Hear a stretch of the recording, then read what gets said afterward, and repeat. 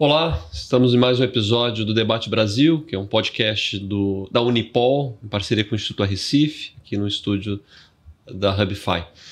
Agradecer muito a presença do Coronel Wilton Soares Ribeiro. Já sabia, já lhe conhecia pela fama, uma lenda no Exército, na polícia. Fui ao Centro de Memória do Treme Terra. Isso. O Coronel Wilton foi um Treme Terra. Militar do Exército Brasileiro, a gente vai falar um pouco disso, veterano da FAI-Brás, na República Dominicana, ex-comandante da PEMERG do BOPE, além de autor, a gente vai falar do livro dele, ele vai talvez depois fazer uma surpresa em relação a uma outra obra, mas aqui, Recuerdos de la Repdom e outras histórias, né, um pouco de memória, né, dessa trajetória. E primeiro, Coronel, muito obrigado por estar aqui com a gente. Eu que agradeço, Luiz, ter dado essa oportunidade para um velho soldado da área da segurança pública falar um pouco também. Tem tanta gente falando sobre segurança pública sem nunca ter feito a escola de formação de oficiais, a academia de polícia civil, sim, o curso de aperfeiçoamento, o curso superior de polícia militar, que a gente que fez também tem o direito de falar alguma coisa. Muito obrigado, muito agradecido. Esse é o nosso desafio, dar espaço, da voz e o protagonismo do policial, de fato. É o desígnio, né, do Instituto Recife, desse projeto que é a Unipol. E então foi muito bom ter encontrado. Foi através de um professor, né, da Unipol, que é o Coronel Roberto César Medeiros. E ele já tinha falado do senhor quando eu organizei, junto com uma colega de trabalho, a professora Maria Clara, e o Alan, hoje o vereador, né, Alan Lira, um seminário em Niterói sobre patrimônio, memória e inovação, que foi para comemorar os 450 anos. A gente fez uma conferência com o Coronel Roberto César sobre a trajetória da Treme Terra, né? E aí, recentemente, também nós nos encontramos na sessão solene, organizada pelo vereador Alan Lira, para um balanço crítico da fusão Guanabara-Rio de Janeiro, que em 2025 completa-se 50 anos de algo assim, lamentação, talvez, eu diria. Sim. Ou não. Ou não, mas enfim. Bom, eu já comecei a folhear o livro, já li um pouco e a gente comentava sobre isso. O senhor integrou o Exército Brasileiro e num momento bastante conturbado, né? Nesse momento. Exato. O senhor entrou, já estava na Revolução de 64, né? O meu serviço eu passei a prestar a partir de 1965. Portanto, um ano depois da Revolução de 1964. E aí, bom, como é que foi essa trajetória? E logo, né, porque o senhor vai para a República Dominicana, conta um pouco como é que foi entrar já no Exército, né, jovem, né, e de pronto e ter esse movimento, a criação da FAI-Brás, e integrar essa força que vai... Por que o Brasil vai para a República Dominicana? Luiz, vamos voltar alguns segundos. Claro. Sou filho de pobre, né? Pai operário, mãe dona de casa, e tive o orgulho de ter mais 4 irmãos, morador nos confins meridionais do município de São Gonçalo, do lado de lá da Baía de Guanabara. Então, uma das grandes oportunidades que eu tive na minha vida foi, ao fazer 11, 12 anos, agora não me recordo, ter sido matriculado no Colégio Industrial Henrique Lage, ou Escola Técnica Henrique Lage. Nós fizemos uma homenagem para a escola nesse evento sobre Niterói. Que as meninas do Monsenhor Heder, uma escola de freiras que tinha na mesma rua, lá no bairro do Barreto, chamava, em razão da sigla na camisa, EIHL, e diziam que estamos internados no Hospital de Louco. Não era. Era Escola Industrial Henrique Lage. Então, eu cito alguma coisa nesse livro aí, inclusive, mostrando que se nós tivéssemos pelo menos 100 escolas Henrique Lage no Brasil, essa garotada não teria tempo de fazer besteira na rua, na idade mais perigosa, né? Que as ruas se tornam piores conselheiras, que é dos 11, 12 anos de idade até os 15, 16 anos. E era justamente onde o Henrique Lage nos ministravam a instrução intelectual e a instrução profissional. Claro. Nós iniciávamos às 7 horas da manhã, terminávamos às 6 horas da tarde. Aprendíamos todas as matérias, as disciplinas ligadas a qualquer ginásio comum da época e depois oficinas. Aprendíamos 20 e tantas oficinas e que depois, de acordo com o seu comportamento e as suas notas no primeiro e segundo ano, a partir do terceiro, você se especializava numa oficina dessa. Quando você saía, se você quisesse continuar a estudar, você continuava. Meu sonho era ser engenheiro, por causa das ciências exatas já iniciadas a aprender. E muito depois você acabou fazendo. Exatamente, iniciada a aprendizagem no Colégio Henrique Lage. Então, isso Deus me colocou lá, tenho certeza absoluta. Eu era um pouco rebelde nessa época. Me colocou lá e realmente eu aprendi muito. E no tocante à disciplina e hierarquia, as primeiras sementes foram plantadas lá. Passado alguns anos... O senhor fazia o científico lá, né? Não, o ginásio. Tá. Era o antigo ginásio, né? Hoje eu não sei se é fundamental, mas era o que se chamava do ginásio, depois era o científico ou clássico. Tá. Né? E depois, então, faculdade. Mas essa formação, né, que eu tive no Henrique Lage me ajudou muito na vida militar. Porque na época, a minha geração tinha que ter um pistolão muito forte para não servir a pátria, para não ser. Hoje tem que ter para servir. Na época era diferente. De cada 199 se via inscrito por lei ou uma unidade do Exército, da Marinha ou da Aeronáutica. No meu caso, coube iniciar os passos numa unidade que hoje foi transferida para a Cabeça do Cachorro, na Amazônia, o antigo 3º Regimento de Infantaria, depois 3º Batalhão de Infantaria, localizado num bairro em São Gonçalo de Venda da Cruz. Sim. Fiz a minha inscrição normal, iniciei o serviço militar e a gente costumava brincar, fomos dormir em São Gonçalo e acordamos no Caribe.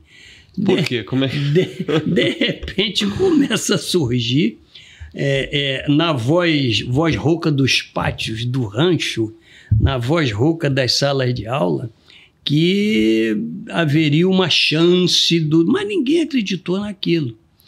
Então procuramos saber um pouquinho mais. E o que soubemos à época foi que havia um distúrbio político muito forte na América Central e um país chamado Cuba. Ecos da Revolução Cubana. Em que havia mudado o governo e esse país queria interferir em um outro país, que era a República Dominicana, tomando também as rédeas do seu poder. Mas a cabeça de 18 anos a gente não consegue mensurar. Estava aqui, papai. De repente, mandaram que nós avisássemos a nossa família que nós íamos ser transferidos para um quartel no Rio de Janeiro. Então, nós que já ficávamos um pouco chateados em ter que estar em forma às 7 horas da manhã, em São Gonçalo, de repente passamos a entrar às 7 horas da manhã em Marechal Hermes, na Vila Militar. Pegava a barca? Pegávamos bonde ou trem, porque no interior, lá onde eu morava, não tinha ônibus, você tinha que ir a pé até o Rua de São Gonçalo. Pegava bonde ou trem, ia até as barcas, pegava as barcas, das barcas ia a pé até a Central do Brasil, da Central do Brasil pegava o trem para ir para o Marechal Hermes, de tal forma que tivesse fardado e armado às 7 horas da manhã. Foi complicado isso daí, mas deu tudo certo. E aí nós já tomamos conhecimento que nós estávamos sendo preparados para cumprir uma missão externa do Exército Brasileiro, das Forças Armadas Brasileiras. Ainda sem muito detalhe. Esse período que nós passamos no Regimento Escola de Infantaria, que era a unidade elite da infantaria do Exército Brasileiro, se nós ficamos no interior do quartel uma semana, foi muito. O resto foi Jericinó, Ainda tem uma área de instrução lá muito vasta, em que permite você fazer tiro de arma longa, de arma pesada, canhão, lança-rojão, fuzil, granada de mão. Mas esse não foi ainda o curso de guerra, de guerra na selva, não? Guerra na selva foi depois na Polícia Militar. Polícia Militar. A gente vai chegar lá. Então, foi um mês assim, ou mais de um mês, muito intenso, e de repente, quando demos por nós, estávamos com um saco verde oliva nas costas, entrando no avião C-119 da Guerra da Coreia, e fomos parar numa viagem de 2 dias ou mais, né? Santo Domingo, a capital da República Dominicana. E lá ficamos. Ficamos 6 ou 7 meses lá, vivenciando, né, a realidade de uma área ocupada para impedir que ideologias estranhas se apoderassem. Porque foi uma, né, para quem num contexto histórico, depois da Revolução Cubana, né, Fidel Castro, os comunistas tentam implantar o regime em vários locais. Chamava-se a época a teoria do dominó. Exatamente, que fosse de um lugar para o outro. E uma coisa que o senhor conta aqui que é importante, que havia uma tensão, uma guerra civil praticamente. Com certeza. Né? Essa guerra civil era em razão do ditador chamado Leônidas Rafael Trujillo Molina, que já estava no governo há quase 30 anos, não, há 30 anos foi assassinado em via pública por grupos que já naquela época queriam tomar o poder. E o assassinato de alguém que está no poder há 30 anos, claro que vai causar um desequilíbrio na política e na economia do país. Sim. E alguns grupos interessados em tomar o poder com ideologias estranhas começaram a ir para as ruas, começaram a se armar, invadiram a Fortaleza Osama, que era a sede da Polícia Nacional da República Dominicana. Roubaram todas as armas curtas e longas, inclusive tanques de guerra do Exército. Uau. E a coisa começou a ficar complicada. Começaram a perseguir norte-americanos, começaram a invadir consulados e embaixadas estrangeiras. Foi quando o governo americano tomou a decisão de dar um basta nisso. Então o financiamento era americano, né? Não, para a dissuasão a dissuasão desse movimento de tomada do poder. Não só o financiamento, como tropa. Fisicamente, o americano foi o primeiro a posar, né? Quem estava lá? Os americanos, brasileiros, tinham outros grupos também? O primeiro a descer foi a 82ª Airborne do Exército dos Estados Unidos. Encostaram um porta-aviões, é uma ilha, tem praia para tudo quanto é lado, e os mariners começaram a descer e tomar áreas críticas. Entre elas um hotel chamado Embaixador, que é um hotel 5 estrelas, em que as famílias norte-americanas tinham se dirigido para lá em busca de proteção. Bem, como justificar um país entrando territorialmente, fisicamente em outro país, como o americano fez com a República Dominicana? Através da adesão de outros países. Sim. Então, a Organização dos Estados Americanos, a OEA, através de reuniões de emergência, conseguiu que alguns países apoiassem os americanos, entre eles o Brasil.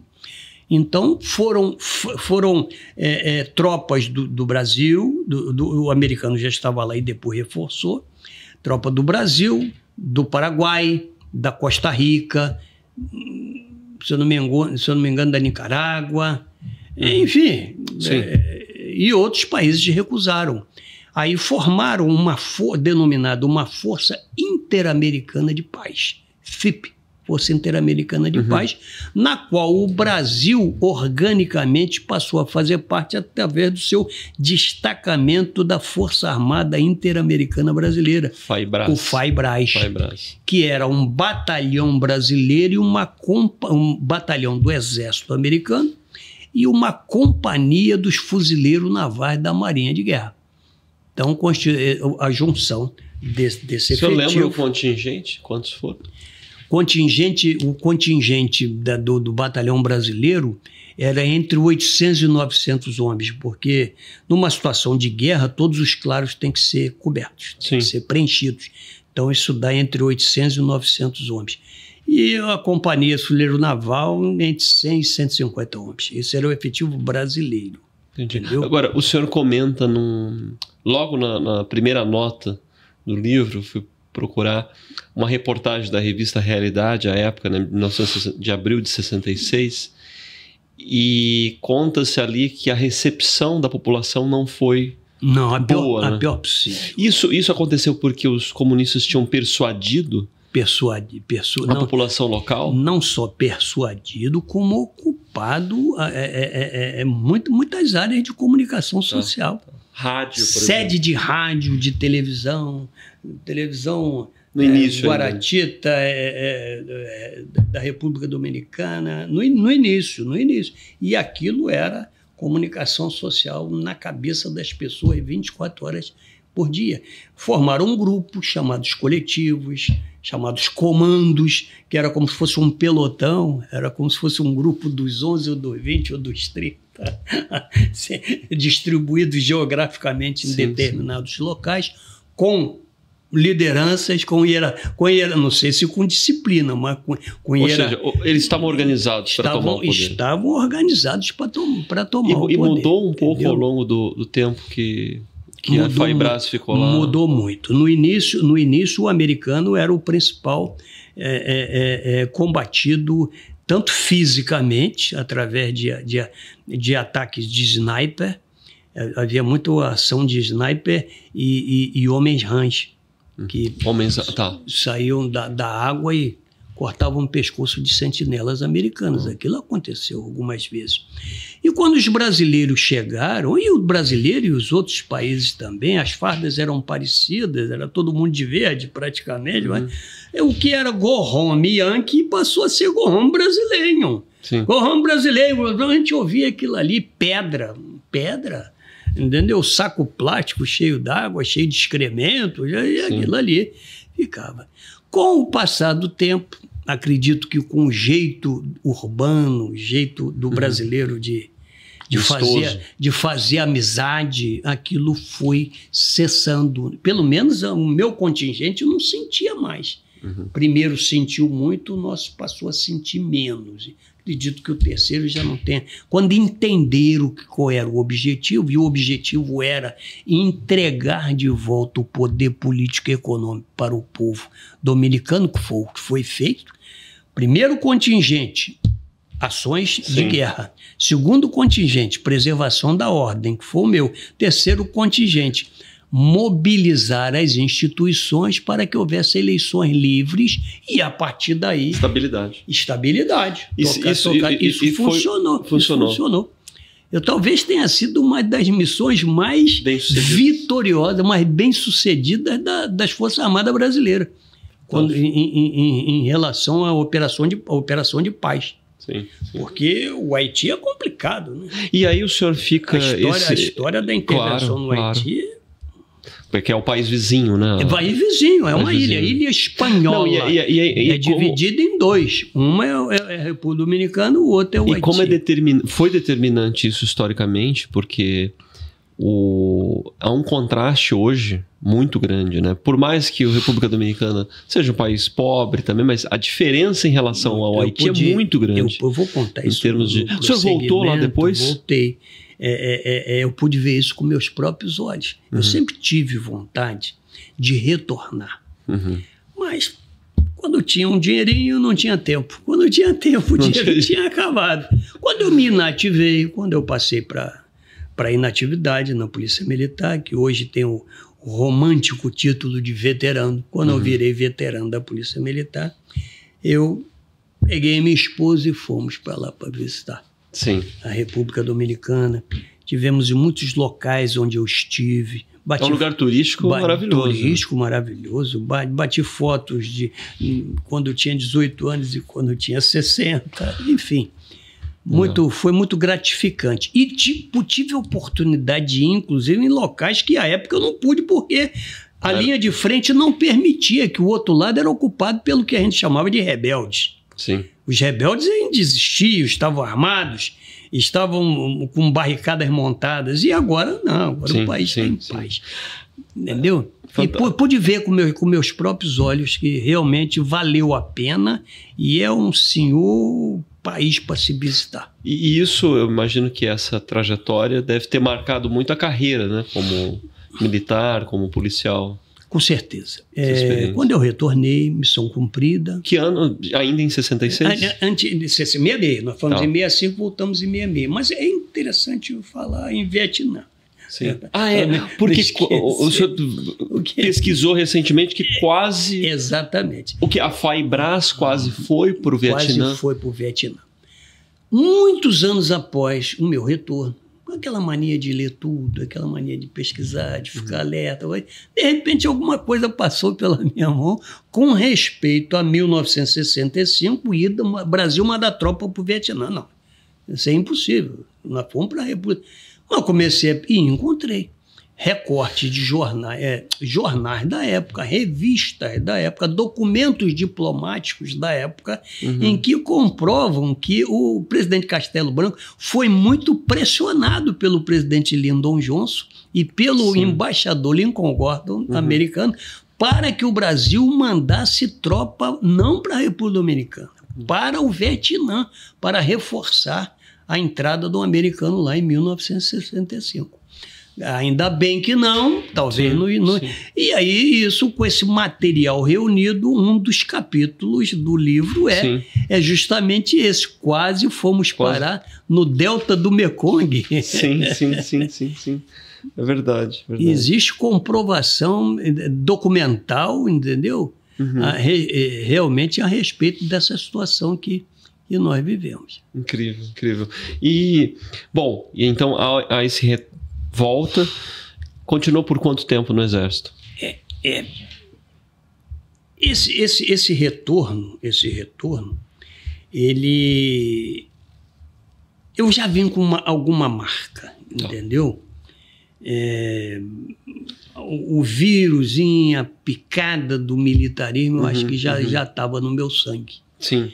Embora a vontade de fazer uma faculdade de engenharia fosse grande, mas eu cheguei a ter, inclusive, uma proposta do Exército para ser aproveitado como terceiro sargento, em razão da minha colocação no curso de cabo, porque eu me formei em cabo nesse ínterim e fui designado para ser atirador e metralhadora Browning .30. Isso é um destaque. E eu fui convidado, mas aquilo não era ainda o meu desejo. Então, a gente completa o período e passa a ser reservista do Exército. Mas aquilo ficou na minha cabeça. E numa daquelas passagens perto da Escola de Formação de Oficiais da Polícia, eu ficava perto da minha casa, eu encontrei um amigo da época do Henrique Laje. Olha, eu fiz... Por que você não faz também? Vou fazer também. Pronto. E fiz a inscrição para fazer o concurso para a Escola de Formação de Oficiais da PM do antigo Estado do Rio de Janeiro. A Treme Terra. A Treme Terra. Só um parênteses. Por que, brevemente, para quem não conhece, por que era chamada de Treme Terra? A polícia do antigo Estado do Rio de Janeiro. O Exército, na ocasião da Guerra do Paraguai, em 1865, não tinha efetivo nem condições materiais para enfrentar uma guerra de um país muito bem organizado belicamente como o Paraguai. Tanto é que houve a necessidade de uma tríplice aliança. Sim. Brasil se unia ao Uruguai e à Argentina para poder combater um país só, que era o Paraguai. E na época, politicamente e estrategicamente, decidiu-se pedir voluntariado. E nessa ideia de voluntariado foram criados os corpos de voluntários da pátria, em que o cidadão comum se apresentava como voluntário e, num treinamento rápido, ia mandado para frente de combate no Paraguai. Como as polícias militares já existiam, pelo menos desde 1835, sendo que a mais antiga é aqui da antiga Guanabara, que é de 1809, é importante tocar nisso também. Mas as outras polícias militares dos outros estados, a maioria foi criada por aí, 1835, já eram forças organizadas em condições de prestar contas à segurança pública e em condições de ser acionadas como combatentes numa situação de guerra externa. E foi o que aconteceu. Então, a Polícia Militar do antigo estado do Rio de Janeiro passou a constituir o 12º Corpo de Voluntários da Pátria e foi enviado para a Guerra do Paraguai. Dizem que, à época, esse pessoal, esses caboclos de Campos, de Santo Antônio de Pádua, Niterói, São Gonçalo, eram assim tão violentos que quando eles... Era guerra de infantaria naquela época, né? Quando eles partiam em direção à trincheira inimiga, era com tal vigor, com tal vontade, que ao bater o pé no chão a terra tremia. Lá vão os Treme-Terra, era o 12º Corpo de Voluntários da Pátria. Já vai o Treme-Terra. Eu sei que desde 1865 até hoje ficou o título de Treme-Terra, que nós nos orgulhamos muito. Mas aí eu fiz esse parênteses, né, só para explicar para as pessoas o que significa o Treme-Terra, que era o apelido carinhoso e respeitoso da polícia militar do antigo estado do Rio de Janeiro. Mas aí o senhor falava sobre o ingresso na escola de oficiais. Exatamente. Então, prestei concurso, passei. Eu sempre fui uma pessoa assim, afejado pela sorte. Afejado. Ao me formar no primeiro ano, para o segundo, eu fui classificado em primeiro lugar, por sorte. Do segundo para o terceiro, primeiro lugar, por sorte. E ao terminar o terceiro ano, também o primeiro. E havia uma lei na época que amparava o aluno que chegasse a essa condição por merecimento intelectual. Ele era promovido direto a segundo tenente sem passar pelo aspirantado. Aquilo me encheu de gás na época, né? Então, olha, já que eu estou aqui, eu vou ficar por aqui mesmo. Pronto. Passei a ser um policial militar com muito orgulho, com muita honra, e fiz minha carreira toda na Polícia Militar. Já como segundo tenente, e isso era o quê? Já era 70, não? 71. 71. 68, 69, 70, final de 70, 71. 71. E essa parte ali que eu tinha antecipado antes, né, indevidamente, mas da Guerra da Selva, o senhor faz enquanto policial militar, segundo oficial. Em 72, chegou na Polícia Militar um convite, uma vaga, oferecendo uma vaga para oficial que quisesse cursar o curso de guerra na selva, que na época era curso de operações de selva e ações de comando, COSAC, ou curso de guerra na selva, compatíveis, no Centro de Instrução de Guerra na Selva em Manaus. A cabeça ainda estava meio assim, comandada pelas barricadas, pela metralhadora Browning .30, pelo lança-rojão 3.5, lá na República Dominicana, dormir em barraca, acantonar em prédios antigos. Gostou, né? Sim, tivemos muita instrução lá também de sobrevivência na selva, de técnica de patrulha. Quer saber, eu vou me apresentar como voluntário. Me apresentei como voluntário. Eu e mais alguns companheiros. Enquanto oficial da Polícia Militar. Segundo tenente da PM. Aí eu já era segundo tenente da PM, base da carreira de oficial. Sim. Isso levou muito tempo para decidir. Meu nome foi... Fizemos um concurso interno na PM. Eu me ouvi bem, entendeu? E foram os nomes lá para Brasília. Mas nada acontecia. Passou o primeiro mês, segundo, terceiro. Eu era noivo nessa época. Então chegou um ponto, devem ter esquecido de mim. De mim não, da PM do antigo estado do Rio de Janeiro. Sim. Vou marcar meu casamento. Aí marquei meu casamento. Quando eu marquei meu casamento para setembro, chega junho de de 1972. Tá.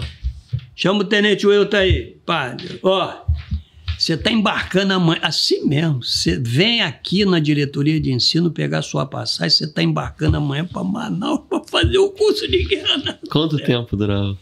3 meses naquela época. Porque tinha balão pelas fronteiras, viagens, aquele negócio todo. Eu fui, me enchi de coragem e expliquei a minha noiva. Postergar o casamento. Expliquei a dona Dalva, minha noiva, ela entendeu.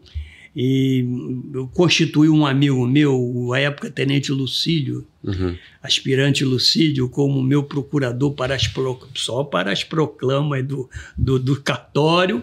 E fui embora. E Deus me ajudou muito, um curso muito técnico, muito puxado. Na época era complicado, O que era complicado exatamente? Porque na prática já existiam alguns movimentos políticos que haviam se transformado em guerrilha. Isso na Amazônia? Na Amazônia, Isso o quê? Já da Colômbia, não? Não, do Brasil. Claro. Bom, Xambioá. A gente vai ver depois a Guerrilha do Araguaia já tinha acontecido. Não foi depois, é verdade. Estava iniciando. É verdade. Entendeu? Então, a parte de preparação, ela cada vez mais foi sendo apertada. Era um treinamento, mas a realidade já batia a porta. Já batia a porta. Essas pessoas precisam realmente ser fora de série. A frente de resistência ao avanço, né, de dissuasão do país, do comunismo e tudo mais, ela foi tanto urbana quanto rural e na selva e tudo mais. De acordo com as cabeças pensantes da época, tanto o movimento podia partir do campesinato para o urbano, como do urbano se irradiar para o rural. Essas ideologias se chocavam. Entendeu? Elas se encontravam, né? Tinham visões diferentes, mas e o curso que eu estava fazendo era especificamente sobre o conhecimento de técnicas táticas e alguma estratégiazinha, não muito, porque era para nível de tenente-capitão. Ou seja, tinha um pouco de teoria. Um pouco de teoria e muita prática. O que era de teoria? Era um pouco de guerra de informação, propaganda? Guerra de informação, guerra revolucionária, guerrilha contra guerrilha. Enfim, havia a parte de sobrevivência, a parte de animais peçonhentos, você tinha que saber. Tinham que te levar para um lugar para mostrar no painel lá, o que vocês podem enfrentar aí, surucucu, pico de jaca, enfim, havia. E depois, na prática, você ia lidar com isso, com essa realidade. Inclusive, a época, se for pesquisar, vai encontrar. A época começou a surgir no interior do Amazonas uma doença num município chamado Lábrea, em que as pessoas morriam vomitando sangue. Nossa. Pelo Deixa eu só aproximar mais um pouquinho. Mas pode continuar. Pelo ouvido, pela boca, pelo nariz, e passou a ser chamada, de maneira um pouco leiga, febre negra. Eu não esqueci isso, nunca mais. Febre negra de Lábrea. Uau. Eu me pergunto hoje, seria aquela cólera africana que muitos anos depois, não sei. Sim. Eu sei que foram convidados cientistas estrangeiros para montar um grupo de trabalho em Belém do Pará, onde tem um instituto de doenças tropicais muito bem montado para estudar. Isso nós estamos... Era uma doença, não era um envenenamento, não? Não era doença, não sei. Eu não me recordo agora se era através de água, se era através de algum animal peçonhento, mas morreram várias pessoas com essa doença. Mas o curso de Guerra na Selva, como é que ele impactou depois na trajetória, até depois, mais tarde, no BOP? O que o senhor pegou desse conhecimento? É um curso tão forte, é uma vivência assim que marca você fisicamente, psicologicamente, emocionalmente, de uma maneira tão forte e muito técnico, muito profissional. Tem gente que fala coisas sem nunca ter estado no... Sim, entendeu? Sim. Mas é tudo dado por profissionais de primeira linha, de primeira qualidade, com muita segurança, que você nem vê. Tem momentos que tem momentos, na maioria das vezes, você nem vê que tem segurança, mas tem. Mas é justamente para te levar a um estágio de perturbação psicológica muito grande, que mesmo assim você consiga superar para continuar tendo condições de combater. Porque não é só você passar fome nem passar sede. Você tem que sofrer fisicamente e emocionalmente, superar aquilo tudo e continuar sendo um combatente. Esse é o espírito, pelo menos era a época, o espírito do curso à época era esse. Que adianta só você simplesmente, não, eu passei fome, não. Passar por isso tudo e estar com o teu fuzil na mão em condições de cumprir uma missão. Esse era o espírito. Isso te dá-se uma força muito grande. Não. Muito grande, muito grande. Então, isso me marcou de uma tal maneira que quando eu voltei com a onça no peito, né, espalhando para todos os meus companheiros que eu era o guerreiro de selva número 665, parece que já está em 6.000 e pouco. Sou um guerreiro de selva número 665. Até surgiu um apelido no período. Esse aí é o quase besta, que o besta é o 666, né? Eu quase que eu era o 666, 665, bababá. Que eu passei imediatamente a querer transmitir aqueles conhecimentos. E como eu fui classificado numa unidade de instrução, eu aproveitei para transferir aqueles conhecimentos, lógico, guardadas suas devidas proporções, para cabos, soldados, sargentos, oficiais da nossa escola de formação de oficiais. E aquilo me gratificava muito. Eu ficava muito orgulhoso de poder... Lógico que eu fiz as adaptações de selva amazônica para Mata Atlântica, de combate rural para combate urbano também. Porque o antigo estado do Rio tinha muita região rural, mas tinha região urbana também. Aquilo tudo foi fruto de um trabalho de planejamento, entendeu? E transmitia. Veio a fusão, logo depois veio a fusão. A fusão veio em 15 de março. E muita coisa mudou nesse sentido. De 1975. Mal veio a fusão, me acharam, não sei como, e me levaram para ser instrutor da Escola de Formação de Oficiais. Não classificado, mas convidado e participando de períodos de instrução. Então foi o que eu fiz, mantendo minhas funções aqui, do lado de cá, mas... do lado de cá em Niterói. Niterói, no antigo estado do Rio de Janeiro. Mas sendo instrutor da Escola de Formação de Oficiais e do Centro de 31 de voluntários também para curso sargento, a atual Academia Dom João VI.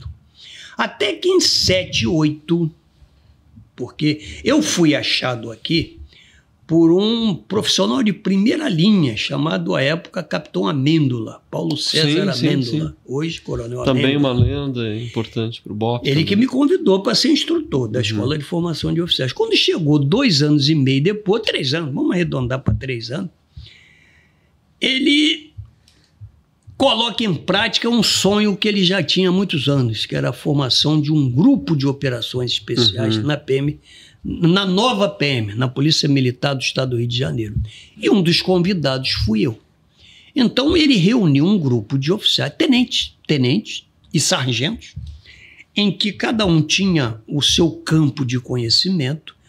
Um tinha o curso de paraquedista, o outro tinha o curso de comandos anfíbios do Fuzileiro Naval, eu tinha o curso de guerra na selva, o outro tinha o curso de...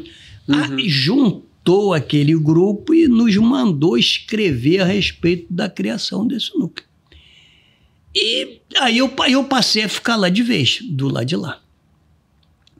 Isso deu origem à criação do núcleo da Companhia de Operações Especiais.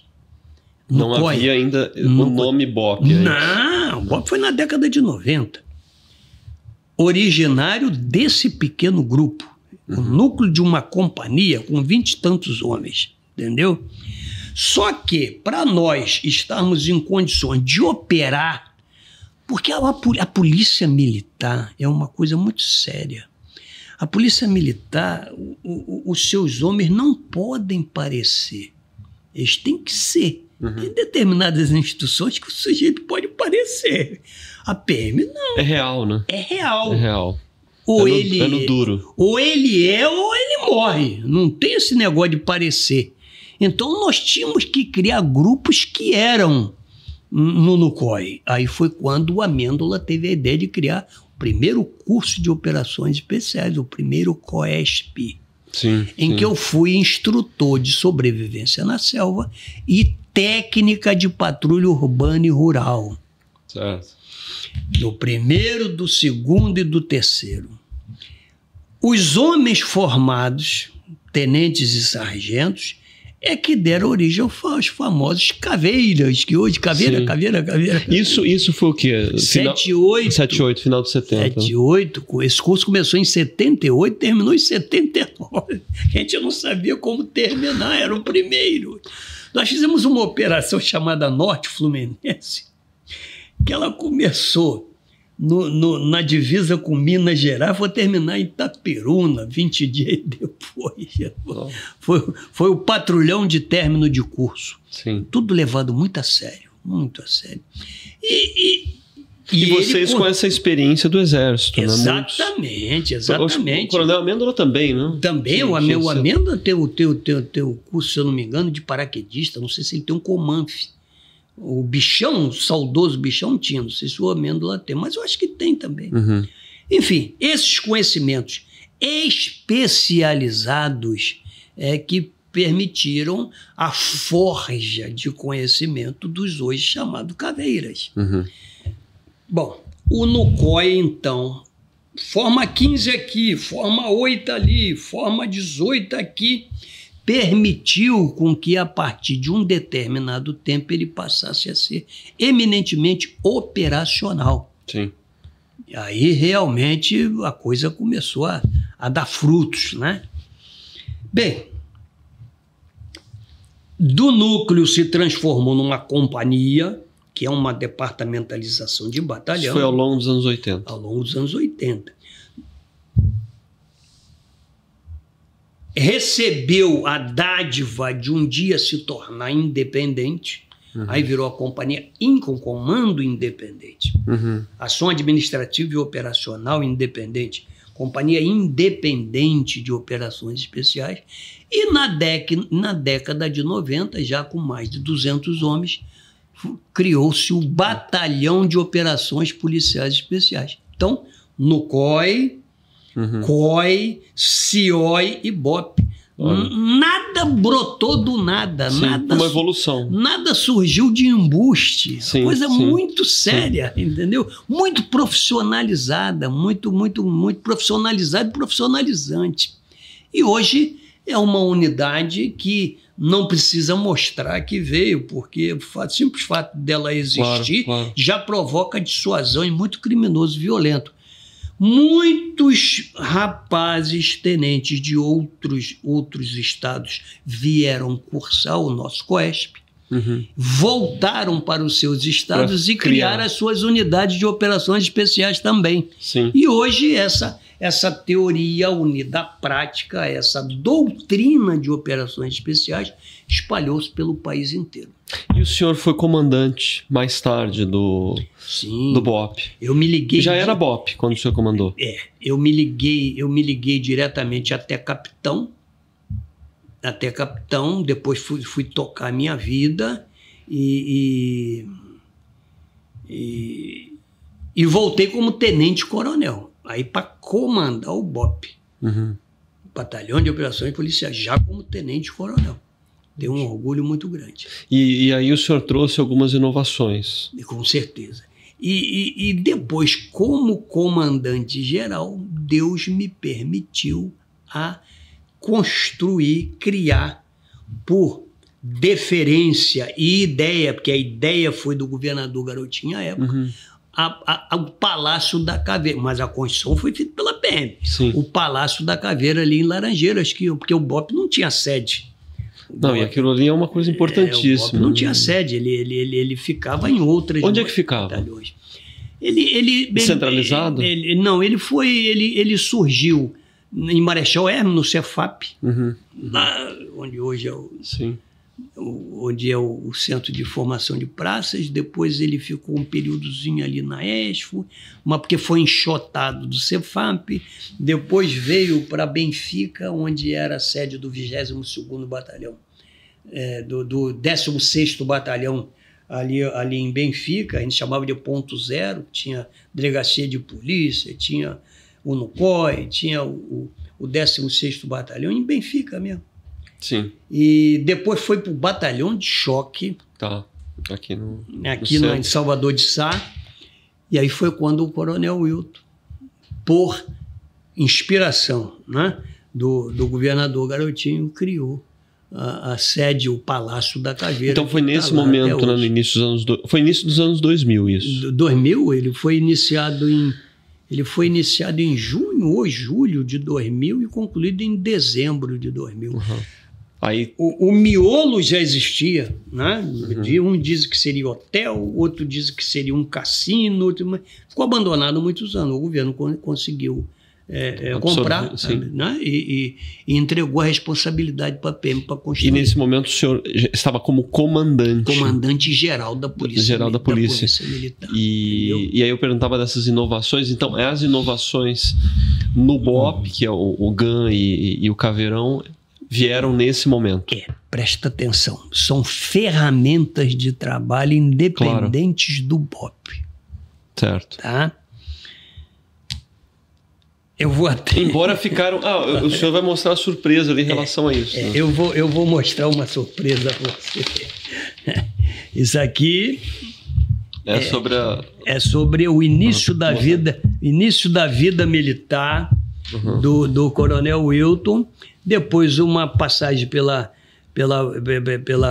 Comando Geral da Polícia Militar, depois a volta do Coronel Wilton com a sua esposa para retornar à República Dominicana, e visitei Cuba também. Eu não estive na República Dominicana, não poderia deixar de visitar em Cuba, que foi a origem de tudo, né? Sim. Esse livro. E agora, dia 12, sem ser sábado agora, o outro. Eu estarei lançando...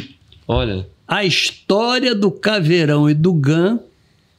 Onde é que vai ser o lançamento? Vai ser na rua Ator Paulo Gustavo, antiga rua Coronel Moreira César, número 211, no que já foi a livraria Gutenberg, hoje é a livraria Schoffer. Tá. Ator Paulo Gustavo, número 211, 16 horas, sábado no outro sábado, 16 horas. Então, eu queria ler para você aqui rapidinho sobre o Caveirão. Claro. Por que o Caveirão? É o que mais me... Que virou uma polêmica muito grande. Virou não, continua sendo. Continua sendo. Então, na orelha já tem a imagem inicial... Tem a seguinte pergunta que está no interior do livro. Qual foi a essência técnica que justificou a criação do Caveirão? Resposta do Coronel Wilton. O fuzil. Claro. Se não fosse a proliferação descontrolada do uso do fuzil de guerra pelas quadrilhas e organizações criminosas, principalmente as ligadas ao tráfico de droga no estado do Rio de Janeiro, a princípio e hoje em todo o Brasil, não haveria necessidade das polícias usarem o Caveirão para proteger seus homens ou qualquer um do povo. O estado do Rio de Janeiro apresenta um modelo completamente fora do padrão da área de segurança pública, no tocante ao uso permanente de armas de guerra por parte dos criminosos. Tais instrumentos bélicos, desde o início de sua criação, foram confeccionados para matar a longa distância, e seu uso é capaz de proporcionar aos criminosos domínio territorial sem precedente. Daí a criação do Caveirão.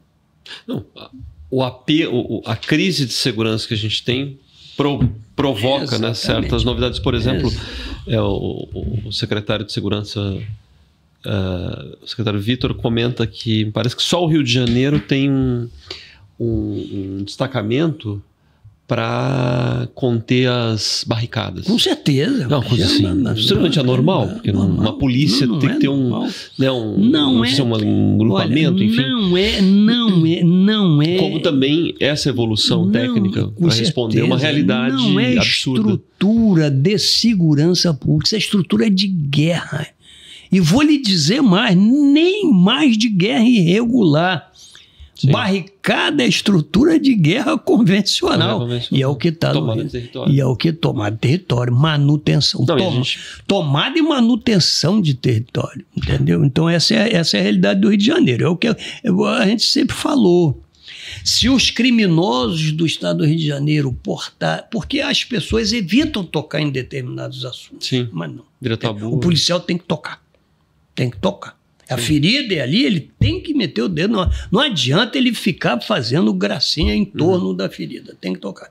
Se o criminoso do Rio de Janeiro, do estado do Rio de Janeiro, portasse 38 pistola, no máximo escopeta, já estariam dominados há muito tempo pela polícia. O desequilíbrio veio com a arma de guerra, com o fuzil de guerra. Isso foi o governo, a imagem icônica quando o governador Moreira Franco pega, né? É entregue a ele, o recolhimento da polícia recolhe os bandidos com o fuzil e aí começa uma escalada armamentista. Aí eu pergunto, o senhor estava... Onde tudo começou ó, década de 80. Essa imagem... Perdão, desculpa. Década de 80. É uma imagem que recentemente acho que o Globo lançou uma nota recuperando essa imagem, inclusive do jornal Globo aqui. Mas o senhor estava na polícia nessa época. Onde o senhor estava nos anos 80? Eu trabalhava na segurança do governador Moreira Franco. Eu estava ali nessa sala de só que do outro lado. Mas aí eu pergunto, já se dava conta de que o problema estava escalando de um modo assim... descontrolado? Naquela época não, mas na década de 90 já se tinha essa visão. E aqui tem uma sequência de pensamento, o porquê do Caveirão, como tudo começou, entendeu? O que o senhor comenta de que... Porque, claro, até quando se faz o diagnóstico, Tanto é que nos meus documentos originais eu usava o termo colete à prova de balas coletivo. Era o Caveirão. O Caveirão era um colete à prova de balas coletivo para proteger a minha tropa. Para que ela pudesse continuar a operar em determinados terrenos em que a unidade local, o batalhão local já não conseguia mais chegar. Sim. Em razão das linhas de tiro de fuzil de guerra usado pelo inimigo. Década de 90 para 2000. Agora imagina hoje. Sim. E nas diretrizes operacionais iniciais do Caveirão, previa que uma viatura blindada e transporte de tropa para ser utilizado em seu interior de 8 a 10 homens, de tal forma que rompessem linhas de tiro do inimigo, entre aspas, que impedissem que a tropa convencional entrasse ou subisse em determinado território. E então, ao chegar ao Isso é uma doutrina de guerra, na verdade. Mas uma doutrina de guerra, mas o Caveirão é uma doutrina de guerra. Por quê? Porque o bandido no Rio de Janeiro usa uma doutrina de guerra. Então, inclusive hoje com treinamentos. Ao chegar num determinado local, desembarcar e voltar em conduta de patrulha para eliminar os obstáculos e permitisse que a tropa regular subisse e cumprisse a sua missão. Claro. E essa foi a origem. Hoje, o Caveirão, em determinados locais asfaltados, ele não consegue passar. Sim, coloca um picho. Olha como mudou de 2000 para 2025. Além do Caveirão, o senhor também é marcado pela introdução do GAN, né, do Grupamento Aeromarítimo. Sim, o GAN ele foi criado quando eu era comandante-geral. Por quê? O curso de Guerra na Selva, cabeça, o uso de asas móveis. República Dominicana, a primeira tropa a treinar assalto aéreo, operações heli-transportadas, foi a que eu fiz parte na República Dominicana, com instrutores americanos. Então, como, por quê, onde, limitações, aquilo ficava na minha cabeça. Claro. Então, assim que eu iniciei a minha carreira, eu me fiz uma pergunta. Como pode? Está aqui, ó. Tá, deixou escrito. Está aqui. Na quarta capa. Na quarta capa. Como pode uma ferramenta de trabalho, entre parênteses, o helicóptero, grande, colorida, barulhenta ao extremo, ostensiva até a última gota operacional, existir no mecanismo oficial de nosso estado do Rio de Janeiro e não pertencer, ou pelo menos ser comandada, dirigida ou chefiada pela força ostensiva de polícia do estado, ou seja, a polícia militar? Como é que pode? Sim. A polícia militar foi criada em 1809. A nossa polícia militar, ela tem certidão de nascimento, sim, escrita em cartório no dia do aniversário de Dom João VI, 13 de maio de 1809, quando ele criou a polícia militar. Eu cansei de ouvir e canso hoje pessoas que desconhecem. O brasileiro não conhece polícia, infelizmente. Eu falo os estudiosos, não conhecem. Sim. Quantas vezes na minha vida de policial eu ouvi dizer que a polícia militar era entulho autoritário da Revolução de 31 de março. Como? Se a polícia foi criada em 1809... É uma função essencial da sociedade. Agora mesmo ouvi de um companheiro, num podcast, eu te conheci esse mecanismo, estou conhecendo agora, dizer que a polícia militar só começou a fazer policiamento ostensivo em 1968. Isso é uma loucura! A polícia militar sempre fez épocas mais aquartelada, época menos aquartelada, depende, porque ela cabe, ela é a polícia ostensiva e de preservação da ordem pública. Então, hora mais aquartelada e hora menos aquartelada. Não, mas o policiamento ostensivo sempre foi nosso, desde a criança. Não, uma observação que o senhor fala é o seguinte... Desculpa, mas eu estou apaixonado por esse livrinho aqui. Olha aqui na apresentação. O senhor deve perceber que quando algumas mudanças estão acontecendo hoje, parece que elas são muito novas, mas eu vou dar um exemplo. Depois dessa mudança da decisão do Supremo em relação à Guarda Municipal, há quase uma consideração mais clara, não se pode usar o termo de polícia municipal, quando outrora já foram polícias municipais, né? Nós tivemos nesse sentido. Isso para dizer que certas coisas que parecem muito novas... Calma. Não faça isso comigo. Nunca foram polícias municipais.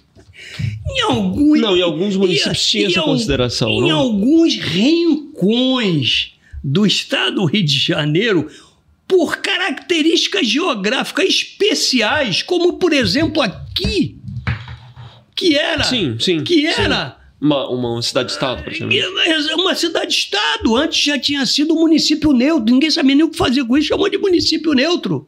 Tá. Deu para entender? Sede do Poder Central, corte. Sim. Sede da corte. Sim.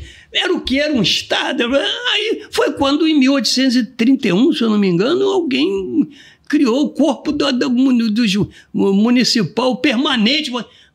Mas os outros estados continuaram com as suas polícias estaduais. Sim. Então você não pode partir do específico, entendeu? Assim, para generalizar, sem um estudo, estudo mais aprofundado. Sim. É o que está acontecendo. Mas o senhor ia pegar algum trecho aí, né? Não, eu não estou achando aqui. O meu... Mas está aqui. O decreto de criação da Polícia Militar. Sim. Mas entendeu? Não, o senhor me corrige. Então ali você vê que quando Dom João VI criou a Polícia Militar em 13 de maio de 1809, foi para permitir um maior sossego. Claro. A ordem pública. A ordem pública dos cidadãos Não, mas o senhor me corrige se eu estiver errado. Me parece que eu fiz esse parênteses sobre as guardas municipais. De fato, hoje não se pode falar devidamente, né, como polícias municipais, mas outrora, no passado... porque ainda não são. Exato. Podem até vir a ser, mas não são. Entendeu? Mas e se forem devidamente controladas? Sim. Olha aí agora. Para não virarem olha a hierarquia e disciplina aí. Uma guarda pretoriana. Olha a hierarquia e disciplina aí. O futuro dirá. Claro. O futuro dirá. Mas a PM nunca foi municipal. Não, mas eu digo em outras. Eu digo isso por uma base de São modelos. Sim. Vamos para o modelo americano? Vamos tentar. Claro. Vamos para o modelo francês, que é o nosso? Vamos para o modelo inglês? Claro, vamos tentar. Claro. Mas não pode sair atropelando todo mundo, sem uma porque o homem que está 3 horas da madrugada sozinho lá, demolindo a barricada ou tomando conta, ele vai sofrer. Não, eu só peguei um pouco essa referência porque eu já me deparei com documentos. Isso de outras partes, né? Enfim, eu sou natural de Santa Catarina, estudando Joinville, que é a minha cidade. Estive lá agora há pouco tempo. Se falava nos anos 50, 60 de polícia municipal. Não me veio, não me deparei com algo que era administrativo, apenas para lidar de forma administrativa, em direito administrativo, ou de fato se era considerado. É uma coisa para ser pesquisada. Por isso que eu falei, posso justamente estar muito errado. Mas enfim, só para dizer que coisas que, como o senhor mencionou, né, alguém falou que não se fazia policiamento ostensivo antes dos anos 60. Isso é uma loucura. Coisas que parecem, na verdade, muito novas, na verdade... Tem fotografia do grande Vidigal, com seu chicote de camarão, patrulhando aqui o centro do Rio de Janeiro, a área do Porto. Sabe uma coisa importante quando o senhor lembra do Vidigal, que foi um dos primeiros, digamos assim, a gente pode dizer, um dos primeiros comandantes da polícia. Não se dava o nome de comandante, né? Foi o segundo. Não, dava-se o nome de comandante. Comandante geral da polícia. Miguel da Guarda Real. Miguel Nunes, Guarda Real de Polícia da Corte. Miguel Nunes Vidigal. Mas uma coisa importante que a gente percebe nessa história dessas instituições, como da polícia, a força da personalidade do comandante. Mas isso é muito importante. Como isso molda uma instituição. Chefia e liderança. Isso aí nunca vai abandonar o homem. Sim. E aí... Uma estrutura, às vezes, de uma forma magnânima, montada com as ferramentas mais modernas de planejamento que existe, mas o homem, ele sempre será o homem, mesmo com inteligência artificial. Sempre será o homem. O dedo do comandante. O dedo do comandante. E quem o senhor lembra? O bolo... É a cozinheira, né? Você tem lá os ingredientes. Né? Mas tem a marca do chefe, a marca a hora de bater o bolo é que você vai ver quem é o melhor cozinheiro. A farinha de trigo é a mesma. Né? Tem pessoas assim que lhe marcaram comandantes, secretários, enfim, chefias. O coronel Roberto me falou do coronel Granja, que foi da Terra. Quem que o senhor lembra? Assim, Coronel Granja foi meu comandante da Escola Superior de Polícia Militar, quando eu fiz o curso superior de Polícia Militar para me habilitar a patente de coronel. Sim. O coronel Granja era o comandante, entendeu? Ele era uma figura, entendeu? Hierarquicamente, disciplinarmente, profissionalmente, muito diferente, diferenciado. Sim. Foi uma perda para a polícia, entendeu? Excelente. Mas o filho dele está aí representando, O filho dele é major, está sendo promovido agora essa semana, se eu não me engano, major da Polícia Militar do Distrito Federal. Olha, lá em Brasília. Se for por aí, aquela conversa nossa anterior, daqui a pouco vai chamar a PM do Distrito Federal de municipal. Sim. Porque é um estado? Embora... O Distrito Federal é um estado ou é um município? Então, embora são vários municípios ali, né? Entendeu? Agora, precisa de muito mais estudo, entendeu? Inclusive, se querem criar a polícia municipal, por que não cria o Ministério Público Municipal? Por que não cria o juiz municipal? Isso aí tem que ser falado também, tem que ser discutido. Né? Agora, nós tivemos... Qualquer instituição que mexa com vida e morte não pode ser tratado de atropeladamente.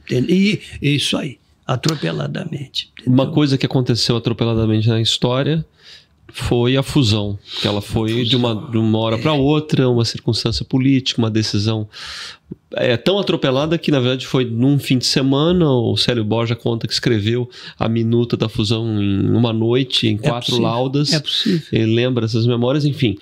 E é algo que até hoje a gente não fez um balanço devido. A gente fez um breve papo lá naquele dia na Associação Solene em Niterói, né, comandada pelo Alan Lira, e tinha, né, o secretário Anderson Moraes, estava o coronel Roberto, o Flávio Alencar, eu e o senhor, e me marcou uma coisa que o senhor falou sobre a crise de autoridade, né? Sim. Que é eu faço muito uma reflexão sobre a crise de autoridade que nós temos hoje, vem de uma crise política, de uma inadequação, de um desarranjo que o Rio de Janeiro sofreu. Queria que o senhor falasse um pouco disso. Assim. Bom, vamos voltar um pouquinho. O Tenente Wilton. Eu era tenente quando veio a fusão. Né? A minha formação, a minha vivência de polícia era o antigo estado do Rio de Janeiro. Cuja capital era Niterói. Nem ponte em Niterói tinha ainda. Tanto é que a ponte... A fusão não foi uma coisa assim tão abrupta também, conforme se quer dizer. Senão não se teria construído uma ponte Rio-Niterói, que durante muitos anos foi a maior obra do mundo. A maior ponte. E a fusão só foi possível depois de inaugurada a ponte Rio-Niterói, em 74. Foi o marco, e a fusão veio logo. Grande marco. E a fusão veio logo a seguir, em 1975. Sim. Como unir os dois estados? Isso são estudos muito antigos, já que... de repente alguém que era simpático a esses estudos. Tinha uma proposta quando Brasília foi inaugurada. Tem de que isso era político, tem. Essa visão, esse conceito de que realmente foi para minar a oposição, foi também. É um cadinho em que foi esquentando, até que alguém que tomou a decisão. Entendeu? Então eu era tenente, todo o meu preparo, a minha experiência era de uma polícia do interior. Uma polícia que tinha 5.000 homens, distribuída em, não me lembro agora, 90 municípios, não lembro mais agora. Muitos municípios foram criados também depois da fusão. Vamos arredondar. 90 municípios, em que o poder de dissuasão de seus homens era a peça fundamental no valor denominado policiamento ostensivo. É o que a gente falava. Sim. 2 homens numa rádio patrulha... Um fusquinha. Resolve um problema que 100 homens hoje não resolvem. Por conta da autoridade. Por conta da autoridade, por conta do poder de dissuasão. Sim. Não faça. Se fizer, a lei vai te pegar. E pegava. Sim. Seja de trem, porque a gente policiava de trem no interior do estado do Rio, seja a cavalo, seja a pé, seja do jeito que for. Pegava. Havia o famoso longo braço da lei e ia pegar o sujeito e ele ia responder à luz do regulamento, à luz do Código Penal. Isso gerava uma autoridade muito grande, um respeito muito grande. Existe, inclusive, uma história, que eu realmente ainda não li isso, mas já ouvi falar dezenas de vezes por fontes diferentes, que houve um problema em Minas, em que não me lembro quem se deu mal, qual autoridade que brigou com a outra autoridade, aí alguém chegou e falou, não sei se foi Milton, não sei se foi, enfim, um daqueles figurões mineiros, olha, você pode criar problema com quem for lá no município, mas não me crie com cabo do destacamento, pelo amor de Deus. Pô, esse negócio, dizem, também não sei se é, que o termo cabo eleitoral vem de cabo do destacamento da PM. Era um poder muito grande vindo do poder de dissuasão, do princípio da autoridade. Sim. Eu, quando servi na Serra, eu servi na antiga Companhia Independente de Friburgo, comandando o pelotão de Teresópolis como tenente. Aquela mania que eu te falei, ler, futucar aquele papel velho, botava aquela máscara. Eu me deparei com casamentos feitos provisoriamente por sargento do destacamento. Uma autoridade local maior, na falta de um padre. Até que o juiz venha, porque o juiz ia lá de 3 em 3 meses, permanece em união estável, o casal fulano. E divórcio, que não tinha divórcio naquela, uma separação. Lei Maria da Penha, fulano não pode mais chegar. Isso está escrito nas brochuras dos destacamentos. Aí o juiz vinha, não quero, isso sim. O juiz, entendeu? Sim, não, fantástico, é exatamente isso. Mas muitas prisões eram embaixo do palanque do centro da cidade para que o cara ficasse com vergonha de ficar preso. Muita gente parava de beber. Quase como um pelourinho, né?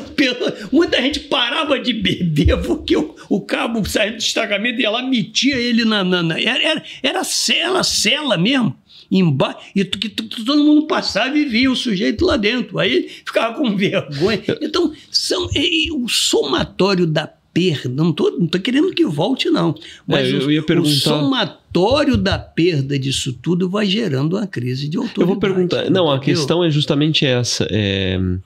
Claro, tem instrumentos que eles evoluem e tudo mais, mas há uma coisa que o senhor fala que é natural. A autoridade não é uma coisa, é um princípio natural. Se você não tem autoridade numa empresa, numa família, em qualquer organização, ela se esvai. Não tem como ter hierarquia, não tem que ter disciplina. A imposição, ela não... Eu falava aqui, um dos entrevistados... Ela funciona até um determinado limite, a imposição da autoridade, mas chega um ponto que não. Ela precisa ser reconhecida. Precisa ser reconhecida. O senhor, né, foi uma figura essencial na trajetória, a gente falava do BOP, né? Hoje o BOP, policiais do BOP são convidados para dar palestra em empresas, porque é um case de organização, disciplina. E uma coisa que... de união de teoria com prática. De união com teoria com prática, etc. E isso para dizer, porque um dos nossos entrevistados foi o Major Leonardo Novo, que tem uma obra sobre direito operacional, é major do BOP, etc., e ele falou que, quando ele já deu palestras em empresas e tudo mais, algumas empresas dizem que a relação de imposição de autoridade, às vezes ela é muito mais forte do que no meio público. A gente fala, policial muito truculento e tal, mas às vezes algumas relações dentro de um meio privado, elas são tão enfáticas, ou pressões, né? Você manter o emprego, manter alguma condução. Isso para dizer o seguinte, há algo natural aí que a gente precisa recuperar para restituir essa autoridade pública e esse reconhecimento, tal como nós temos, por exemplo, hoje no BOP, mas o fato é que não é por conta dos policiais de modo geral, mas sim porque a circunstância, o senhor é uma memória viva que assistiu esse percurso. O que dizer em relação a isso? Vamos tocar num ponto, sim, que faz mal a muitas pessoas. Sim. O exemplo é um instituto fundamental para a autoridade. Em 1984, eu fui dirigir o presídio da Ilha Grande. Eu era capitão. O Comando Vermelho estava em franca ascensão.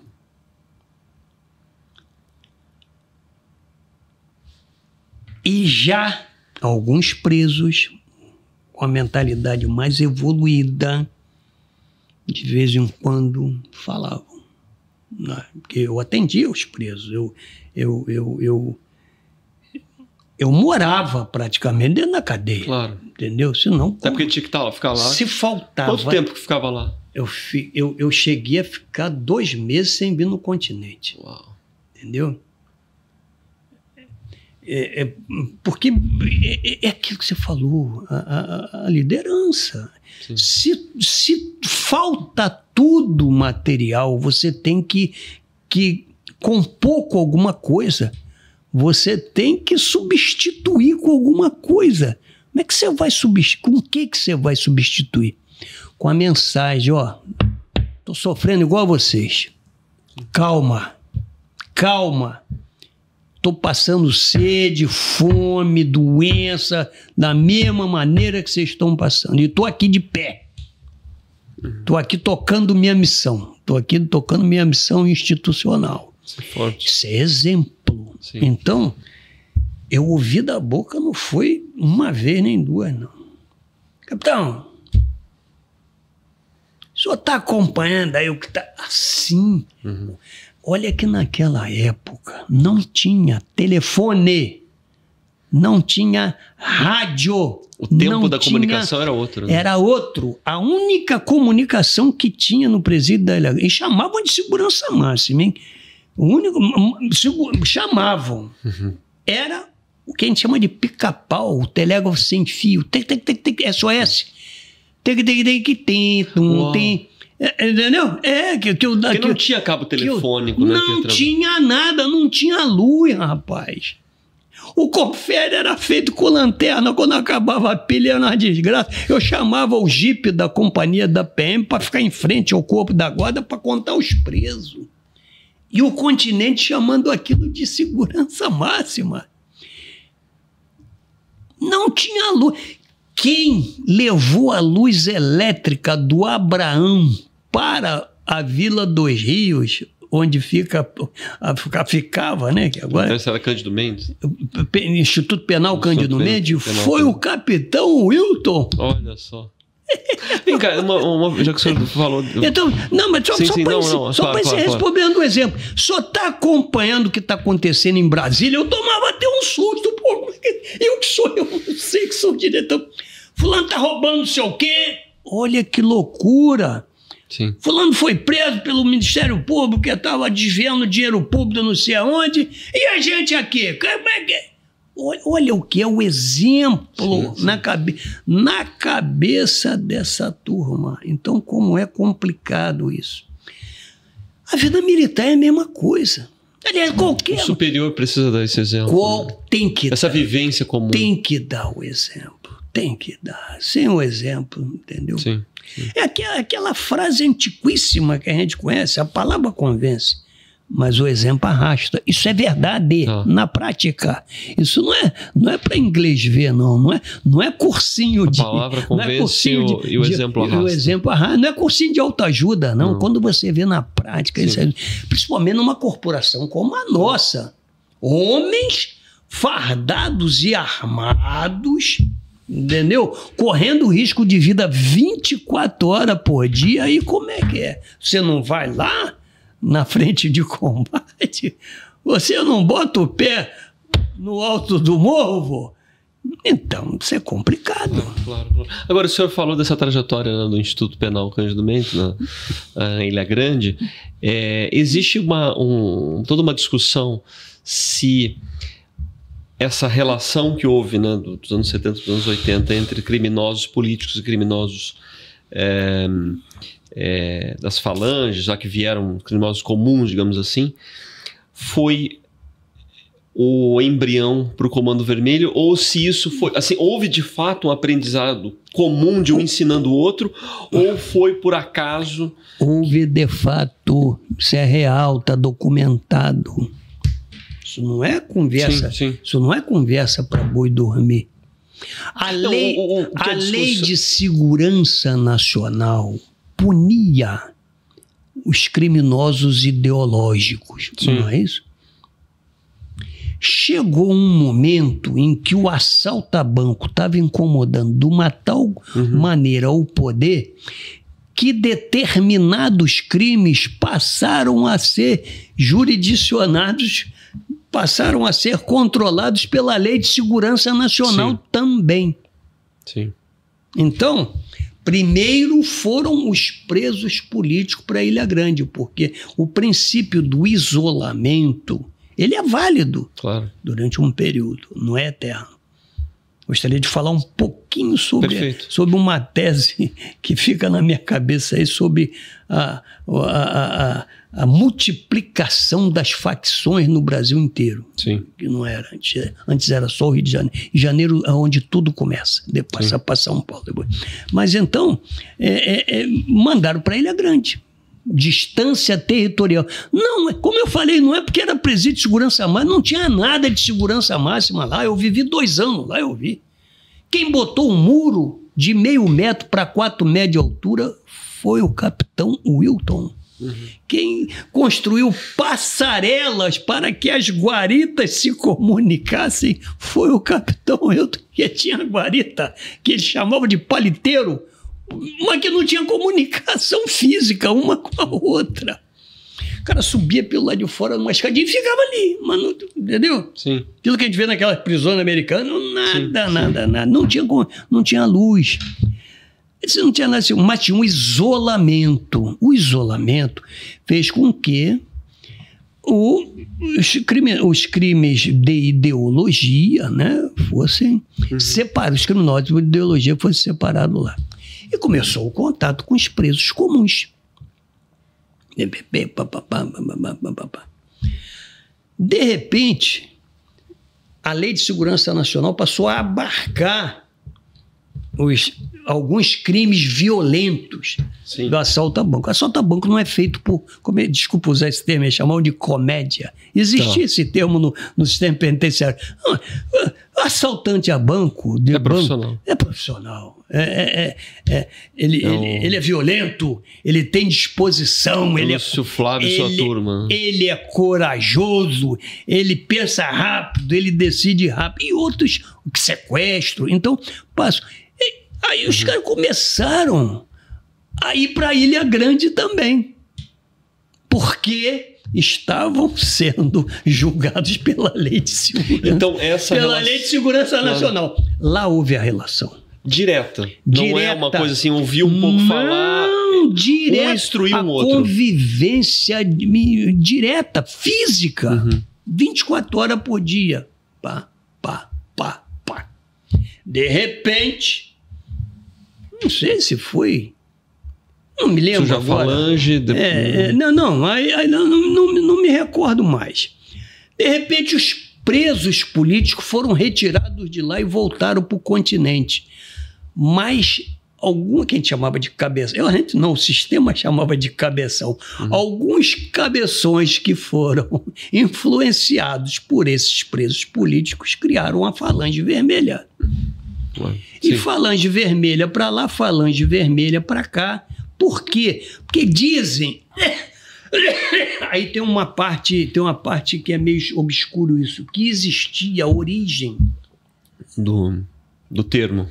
Teria sido a Falange Jacaré. Sim, que eram presos da Zona Norte. Do Jacaré, sim. Da Zona Norte, não só do Jacaré e Jacarezinho, mas de toda a Zona Norte começou a chamar Jacaré. Eram presos que estupravam usualmente, matavam usualmente, roubavam os pertences do preso que chegava usualmente. Mas isso não chegou, porque eu saiba, a ser comprovado até hoje se esse termo Falange Jacaré chegou a existir oficialmente. Para se contrapor, Falange Vermelha. Sim. Até que alguém alertou alguém. Vem cá, Falange do Franco.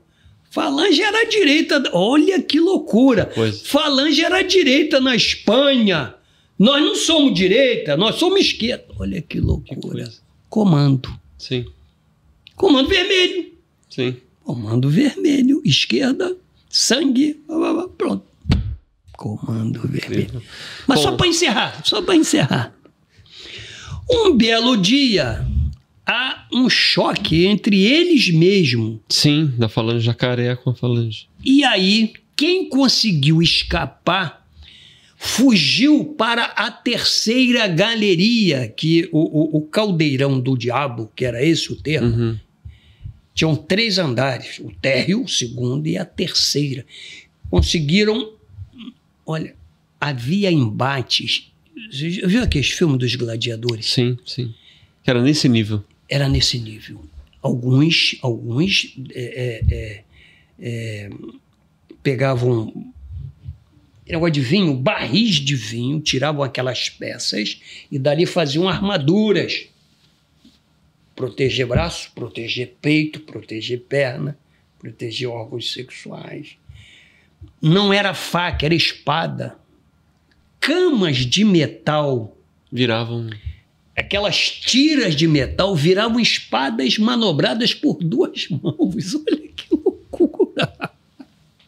Num desses embates, esse pessoal fugiu para a terceira galeria e aí a direção, junto com os PM da Companhia Independente, pega, bota isso, bota aquilo, joga gás lacrimogênio, conseguiu separar.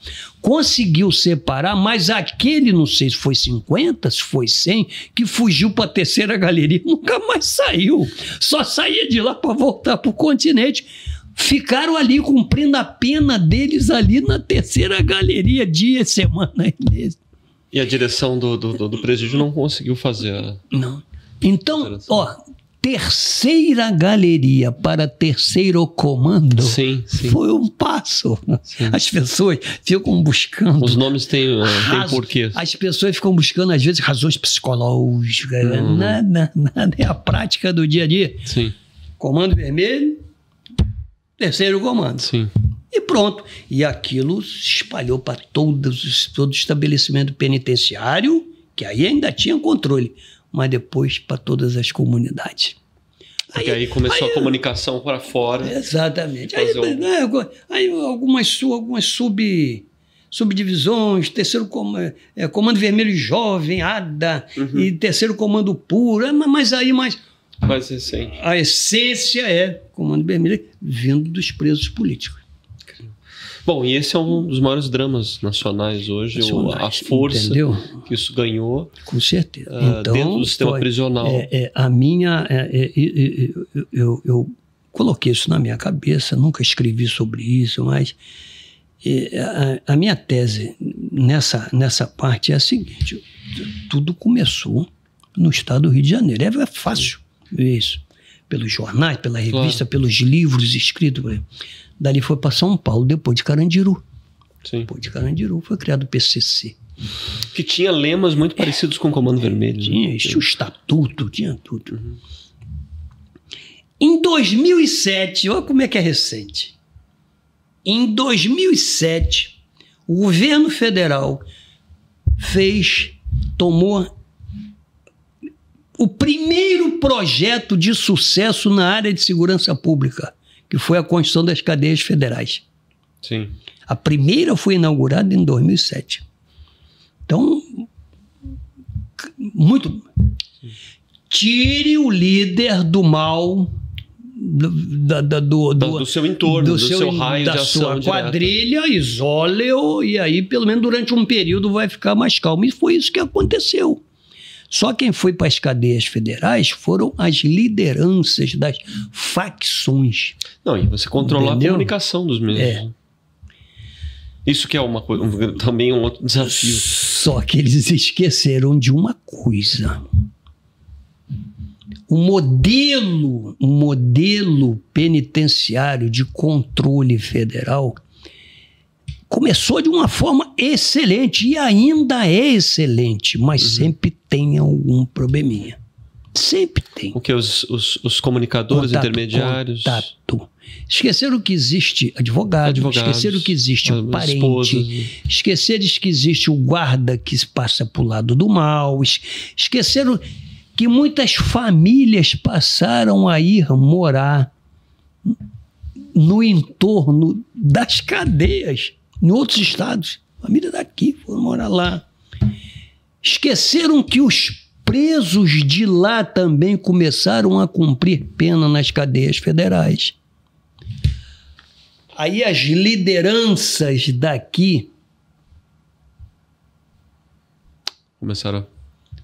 Então você vê de 2007 a 2025, de 3 facções uma miríade, se transformam. Não estou falando em milícia ainda não. Não, miríade. Uma miríade. Então olha só, de 3 facções, Comando Vermelho, Terceiro Comando e PCC, hoje se transformou em, isso aí está nos jornais, 88 facções distribuídas em praticamente todos os estados brasileiros. Por quê? Como? Qual é o estudo? Eu, pelo menos, não li. Essa é uma tese que eu sustento, entendeu? Da capacidade de... Porque eu vivi isso na Ilha Grande, a capacidade deles convencer, assustar, liderar, mandar. Ou seja, há uma guerra aí de informacional, de envolvimento. Né? Não, capacidade mesmo de transmitir o mal para outras pessoas, para outros criminosos. Isso persuadir, para outros bandidos. envolver. Persuadir outros bandidos. Bom, Coronel Wilton, foi muito bom. Acho que a gente... Não estava previsto essa parte, né, do sistema prisional. Acho que a gente tem que voltar aí e avançar. Parabéns pela obra, né, tanto Recuerdos de la Repidón e outras histórias, como esse que está sendo lançado, História do Caveirão e do GAN da PEMERG, pelo seu criador.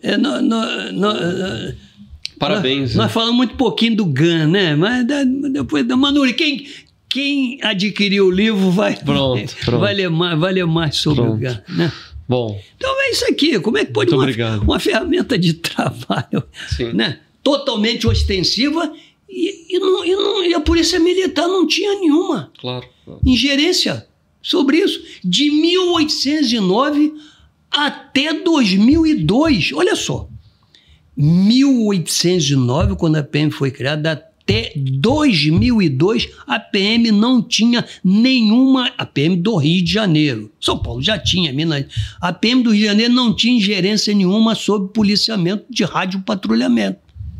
Nossa. Somente através da criação do GAN, do Grupamento Aeromarítimo, à época, e que, infelizmente, extinguiram o braço marítimo do GAN aqui.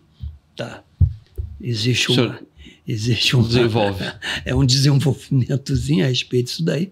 Mas eu tenho muito que lhe agradecer. Tá? Imagino. Eu que agradeço a gentileza de estar aqui. À sua disposição. Tá ótimo. Bom? Vamos voltar aí mais vezes. Obrigado a todos. Curtam, compartilhem. Nos ajudem aí nesse trabalho e no desenvolvimento também da Unipol. Um abraço.